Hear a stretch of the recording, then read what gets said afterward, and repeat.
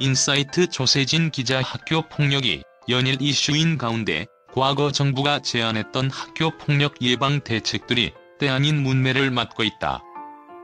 다소 현실적이지 못한 과거 학교 폭력의 대책들이 지금의 더 큰 학교 폭력을 낳은 게 아니냐는 지적이 나온다.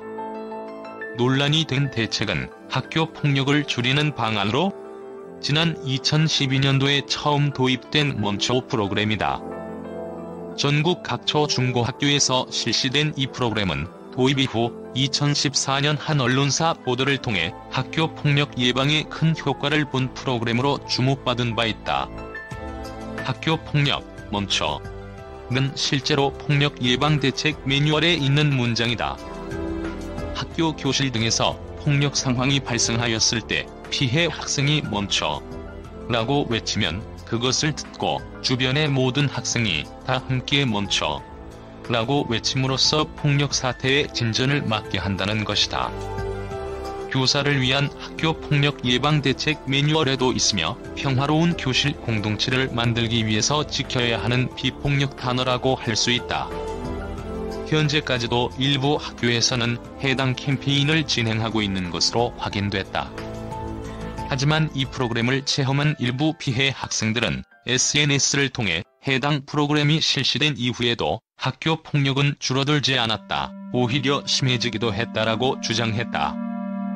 실제 통계 자료를 보면 학교 폭력은 지난 몇 년간 꾸준히 증가해왔다. 경찰청에 따르면 2019년 학교 폭력 신고로 검거된 수는 13,583명으로 전년보다 217명, 2015년보다 1,089명 늘었다. 올 초 교육부 실태조사에서도 학교 폭력을 당했다는 응답이 2017년 0.9%에서 2019년 1.6%로 2배 증가했다. 학교 폭력으로 학업을 중단하는 고등학생 수도 꾸준히 늘고 있는 것으로 조사됐다.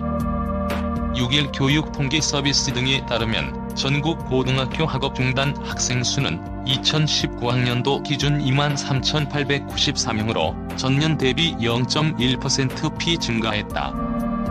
일각에서는 정부의 안일한 대책들이 더 큰 피해를 만든 것 같다라고 지적하며 현실적으로 접근해야 한다라는 목소리를 높였다. 4년 전인 2015년도와 비교하면 1,340명 증가했다.